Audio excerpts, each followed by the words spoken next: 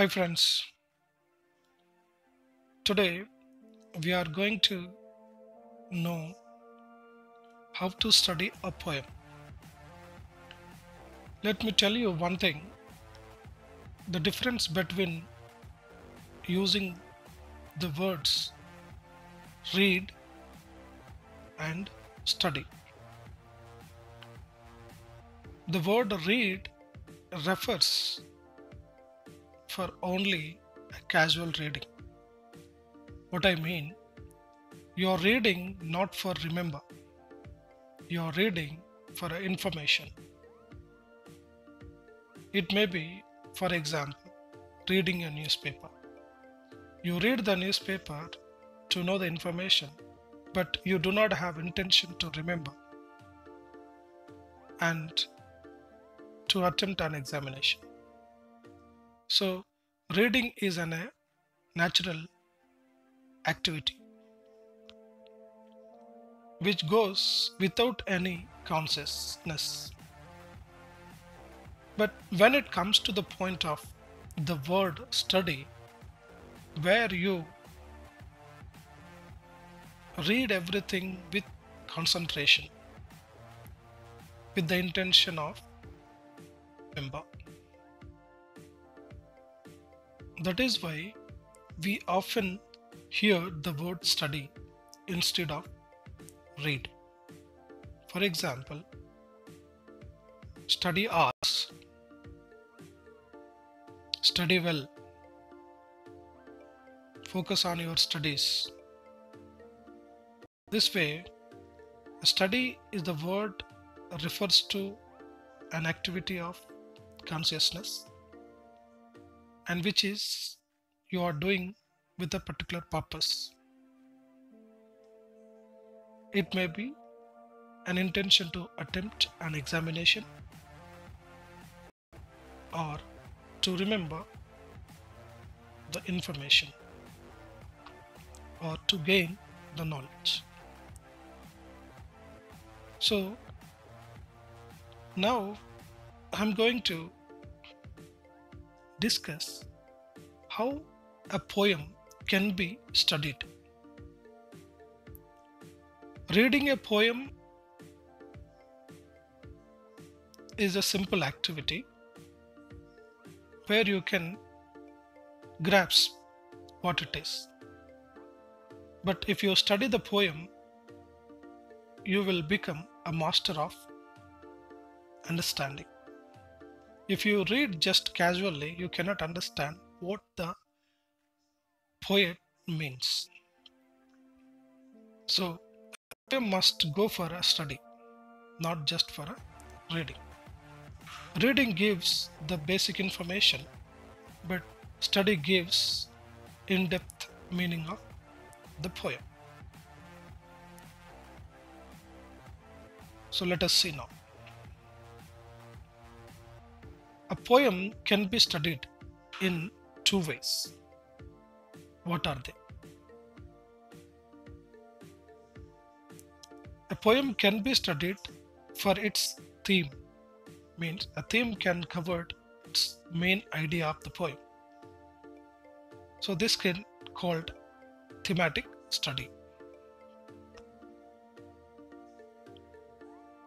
And another part is structural study, which covers the skeleton of the poem, means how many parts the poem is divided, what are the words it has used, different structures you are going to study with that. Once you able to identify the methods of this structural and thematic study, you can study the poem very critically. Now let us see what is a thematic study. Thematic study is for understanding the subject of a poem. The subject of a poem. So what is the subject of poem? A poem cannot deal always with only a single subject. There are n number of themes in poetry. For example, you can see here love, religion or spirituality, nature, beauty, birth, death, war, dreams, immortality, desires, disappointment, failure, identity, self, travel or journeys, apocalypse, celebration, wellness or recovery, new life, coming of age, etc. There are many themes which are going to be covered in a poem. So, a poem may be composed to express feelings of love, to praise a religion, to praise a beauty or nature,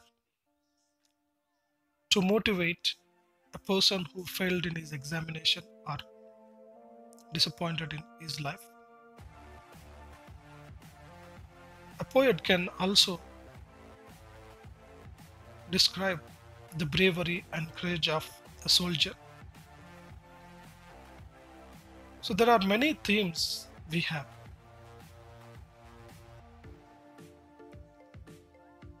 So what can a structural study do?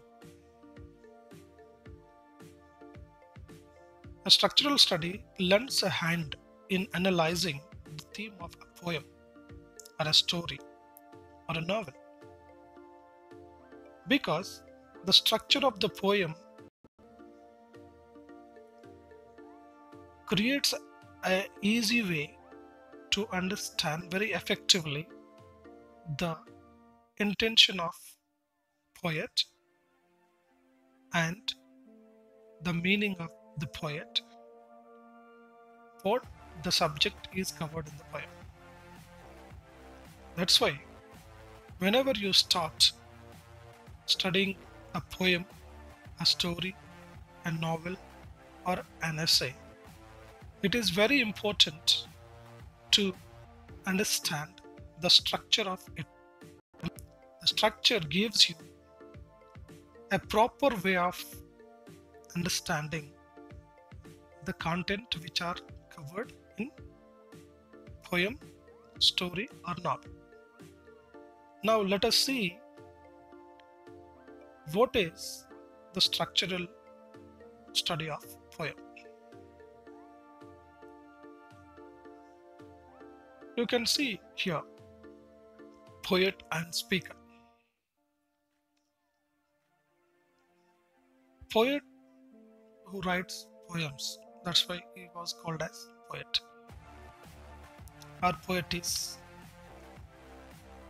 A female person who writes poem is called poetess. Now another word is there, speaker. Speaker who narrates the story. Now here is a doubt. Poet and speaker are same in a poem or in a story or novel. It may be or it may not be. If a poet writes the poem about his personal observations, opinions, experiences from the perspective of first person, where a poet may be a speaker himself or herself, where he can use the pronoun first person I or first person plural we, or objective pronoun me or our. So where the poet and speaker may be same, but when it comes to the point of second person narrative poetry and third person narrative poetry, where poet may not be direct speaker of the poem. Even in first person also, he may not be may not be a speaker. So it is possible. So we need to understand. It will comes very clear now. So here is the question for us. Who is the narrator or speaker? It has to be identified by reading the poem. And to find whether poet is going to be a speaker or not, it has to be done within the poem itself. So another question is also with us for us. Participant narrator or non-participant narrator? A narrator who narrates or waves the story of a poem. If the story was narrated by a character within the story, then that narrator is called participant narrator. If the story was narrated by a character who is not in the story, who is not a character, who is out of the story, who speaks like a background voice, that kind of person is called non-participant narrator. Participant narrator is the character in the story who narrates the story. Non-participant narrator who is not the character in the story, but who is like a background voice who narrates it. What kind of narration?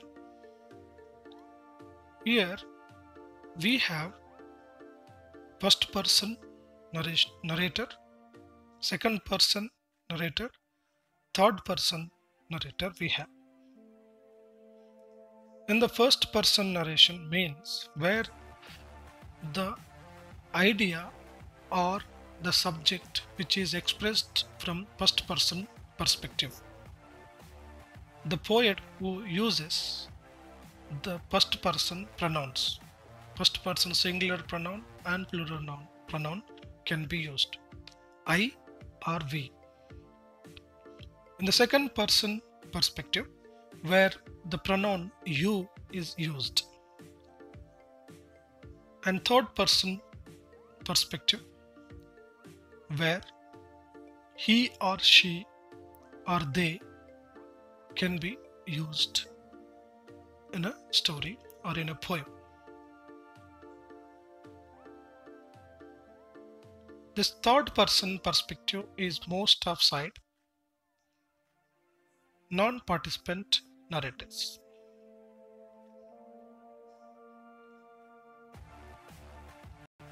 Now it is very important to know whose voice you are listening in the poem. That's why voice of the speaker we call. A poet who write a poem but is not always the character in the poem. Now a poet takes a position of a person and he writes it and speaks through the voice of to whom he has taken. For example, if a poet wants to address the problems of agriculture or the people who lives with agriculture, then a poet takes the position of a farmer. If poet wants to address the problems of a married woman, then it takes the position of a married woman and speaks through the voice of a married woman. So whatever the problem he has taken, he speaks through the voice of the affected people. If the problem is of his own, then the poet speaks from his own voice. So then the poet speaker is same. So the position which gives the voice to the poet. So a poet cannot be in all professions, but he represents the voice of the different issues. Now, another important aspect we need to understand while studying a poem or a story or a novel, that is tone of the speaker. Tone and voice are different. We both they are belong to one organ. It may be mouth or it may be throat, but the tone depends on the mood of the speaker. The tone plays very important role in generating or composing the meaning of the words he utters or delivers. If the speaker is in sad mood, he speaks in sad tone. If he is in shock, he speaks in surprised tone.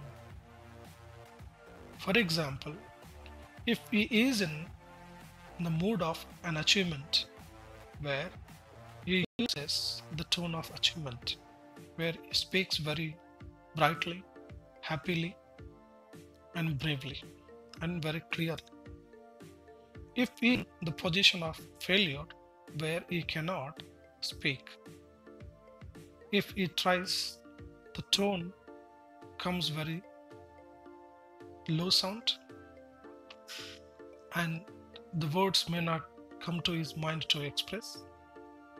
So that is, so the tone always depends on the mood of the speaker.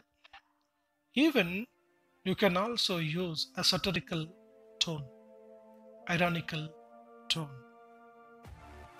If you use, for example, you're trying to say a person who is a great person, then you are, sir, you are very excellent, extraordinary person.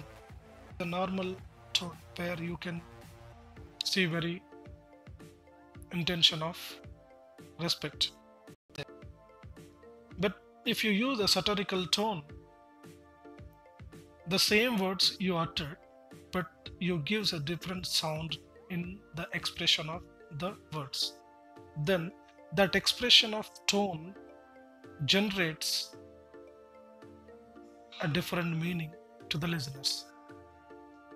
You are great. I know, sir, you are great. If you use this kind of tone, then you understand you are not accepting his greatness. I mean, you are indirectly saying you are not great. So a tone plays very important role in composing the meaning of a sentence which you are going to say, and that depends on mood also. Now another important aspect is setting of the poem or setting of the story or setting of novel is also very important to understand the theme very effectively, because which gives the background study. If you know about the place where the poem is taken, or about which place it is speaking, of what time it is speaking, the time and place gives you very clear understanding about the theme very effectively. And of that time, social issues or political issues or economical issues which are set in a particular place and time will help us to understand very effectively. So it is also very important to know the place and time of the poem or story which is published, and about what time it is speaking. And looking at all these aspects, you can understand what kind of poem is it. There are two kinds of poems. One is subjective poem and objective poem. Subjective poem, the poet who expresses his own personal opinions ideas, experiences, expectations, views, where it deals with this mindset. That is subjective poem. When it comes to the point of objective poem, where the poet cannot use his personal experiences, he speaks from other sides, from third person perspective he speaks. That is called objective poem. It is also very important to whom is it addressing. Means the speaker who addresses his problem to whom. In general, we understand it is for reader. So while you are reading a poem, you are going to direct the listener of that speaker of the poem. But a poet or a writer may have a particular intention to address a particular issue to a particular group of people. For example, if it takes a theme of motivation, where the poet who tries to address or tries to motivate to the failure people, to the disappointed people, that poem affects a lot on them to change their mode of life from disappointed to a happy life. And that is a particular address. If you take, for example, a resistance poem or resistant poetry is there. This poetry, particularly addressing to a symbolized people to motivate them, to know about them, to aware them, to wake up them, and it gives them to confident to speak. The resistance poetry gives a voice to the unvoiced people, and it is particularly addressing to the subject people, that is. So there are particular readers, particular listeners are there for a particular poetry and particular story it is. In general also there. So a reader or direct listener, even a particular intention is also there. So it is also very important to whom is he addressing. That point also we need to understand. And finally, it is very important when it comes to the poetry, where only poetry has this techniques of language. That is called meter. A meter can be studied in the form of rhyme scheme, rhythm, and figures of speeches. So rhyme scheme and rhythm are not same, they are different. Rhythm takes place, it is a counting syllables in a line. Rhyme is takes place at the end of the sentence, end of the word, and end of the sound. The same sounds goes on ending. It's a rhyming, it is a sequence. It may take at the end of the sentence or middle of the sentence also. Figures of speech is also a very important aspect to know when it comes to the poetry. Because of these figures of speech, you express a lot of information, a lot of feelings which are unexpressed. So this is only the technique we apply in poetry. So this is the friends. So with this structural study, you become a master of understanding the poem in a very clearly. So the structural and the thematical study will help you to analyze the poem. If you would like to know more in detail about this meter, I have composed a video on prosody, which is available on my YouTube channel. You watch it, it will help you to know in detail about rhyme scheme, rhythm, and figures of speeches. Thank you for listening.